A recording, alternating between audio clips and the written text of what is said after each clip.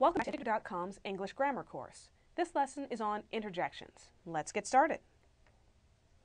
All right, we're going to begin with an overview. First, we're going to learn what an interjection is and how they work. We're going to learn how to punctuate interjections, which is really the hardest part. And then we're going to learn how to use interjections correctly in a sentence, or, since they're interjections, sometimes as a sentence. All right, to begin with, what is an interjection? Interjections are short outbursts used to express emotions. They're kind of the crazy uncles of grammar. They make sudden loud noises. Interjections may be used in a larger sentence, usually at the beginning, we'll get to that, or they may stand alone as sentences in their own right. So we have, hey, ouch, yikes, and oh. Okay, to begin with, here's how to punctuate interjections.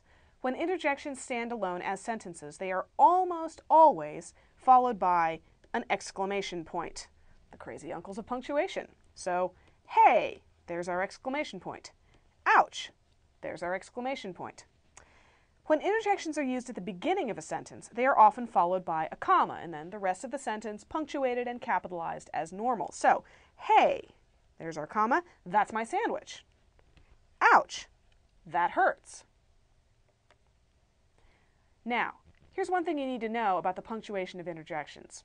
In works written up to the early 20th century, and of course before, interjections were sometimes used at the beginning of a sentence, or even in the middle, followed by an exclamation point, and then the rest of the sentence as normal. You'd have the exclamation point sitting in the middle of the sentence. It looks really strange to modern audiences.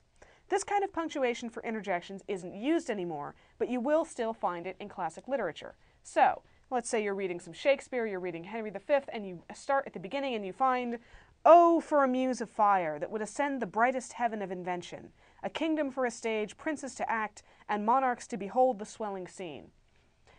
That "oh" and that exclamation point is not a typo, nor is the lowercase f on for. That's how interjections were punctuated in English prior to the mid to late 20th century. So if you run into that, don't freak out, it's supposed to be there.